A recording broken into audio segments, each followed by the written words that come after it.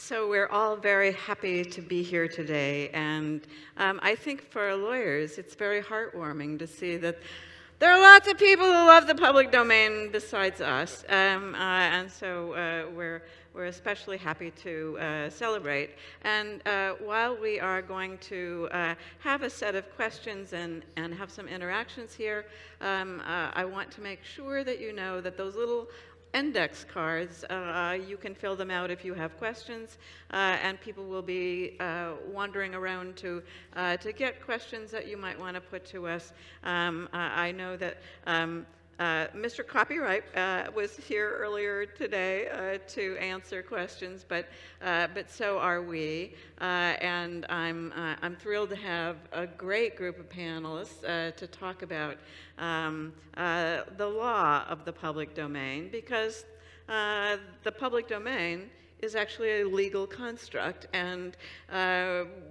people like us have to actually make judgments about whether or not something is or is not in the public domain in the United States. Fortunately, all those 23 and earlier things that have been published are in the public domain.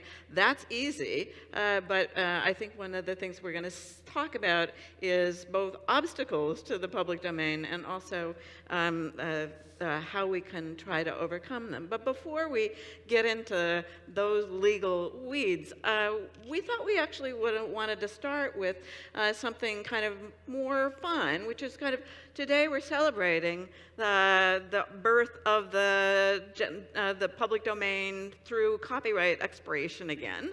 But there are millions and millions and millions of works that are in the public domain that maybe we don't think about as public domain, but let's celebrate a few of those. And I think, Jennifer, you wanted to share a few things. Okay, great. I'm so excited I get to start because I'm going to talk about something that Professor Boyle mentioned earlier today, Section 105 of the U.S. Copyright Act, which is one of my very favorite sections of the U.S. Copyright Act. So let's hear it for Title 17 of the United States Code, Section 105, which makes all works created, with a few exceptions, of course, I'm a lawyer, by the United States government automatically in the public domain.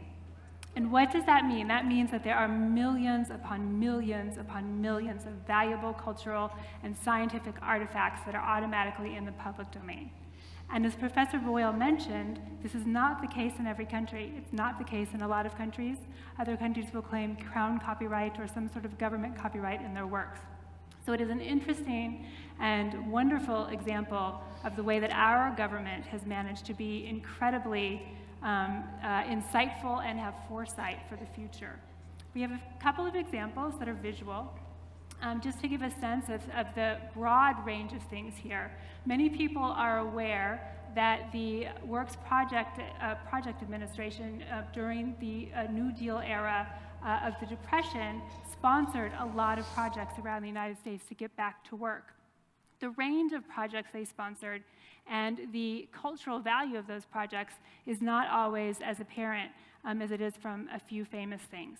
So they had, and this is an image of a couple of artifacts from this project, a national theater project that actually hired artists, it hired set designers, it hired actors, it hired directors, and it put on plays all around the country in order to put people back to work. All of the materials are in the public domain.